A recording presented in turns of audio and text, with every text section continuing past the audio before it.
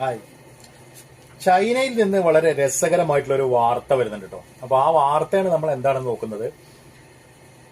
China പല രംഗത്തും ഒന്നാം നമ്പർ ആവാൻ വേണ്ടിയിട്ടുള്ള ബോധപൂർവമായിട്ടുള്ള ഒരു ശ്രമം കൂടി നടത്തുന്നുണ്ട് അല്ലെ. തീർച്ചയായിട്ടും അമേരിക്കയെ പിന്തള്ളുക ലോക വാണിജ്യ രംഗത്തും വ്യാവസായിക രംഗത്തും അതേപോലെ തന്നെ എന്താ പറയാ മറ്റ് ഇതര മേഖലകളിലെല്ലാം തന്നെ നമ്പർ 1 ആവുക എന്നുള്ളതാണ് ചൈനയുടെ ഉദ്ദേശം.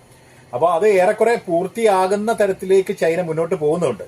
ഏഷ്യയിലെ ഏറ്റവും ഉയരം കൂടിയ വെള്ളച്ചാട്ടം എന്ന് ചൈന അവകാശപ്പെട്ടിരുന്ന യുൻതായ് വെള്ളച്ചാട്ടം അത് ഒരു കൃത്രിമ ആയിട്ടുള്ള ഒരു വെള്ളച്ചാട്ടമായിരുന്നു എന്നാണ് ഏറ്റവും പുതിയ കണ്ടെത്തൽ കേട്ടോ.